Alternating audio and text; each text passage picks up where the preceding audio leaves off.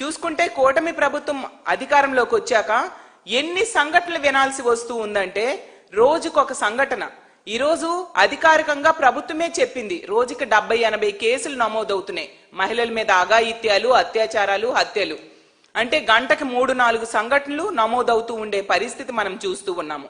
అలాగే నిన్న విన్నాం మనం, హిందూపూర్లో ఎమ్మెల్యే అయిన బాలకృష్ణ గారి అనుచరుడు ఒక మైనర్ బాలికను ఎంత దారుణంగా లైంగికంగా వేధించడం, వీడియో కాల్స్ చేసి అసలు చెప్పడానికే జుగుత్సాకరంగా ఉన్న విధంగా ఆమెకి ప్రైవేట్ పార్ట్స్ చూపించమని వేధించి భయపెట్టి వీడియో రికార్డ్ చేయడం అంట.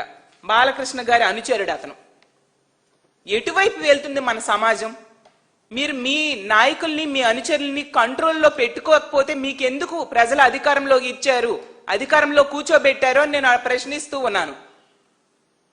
ఇన్ని వరుస సంఘటనలు జరుగుతున్న ప్రభుత్వం ఎందుకు వీటి మీద కఠిన చర్యలు తీసుకోవట్లేదో నేను అడుగుతూ ఉన్నాను.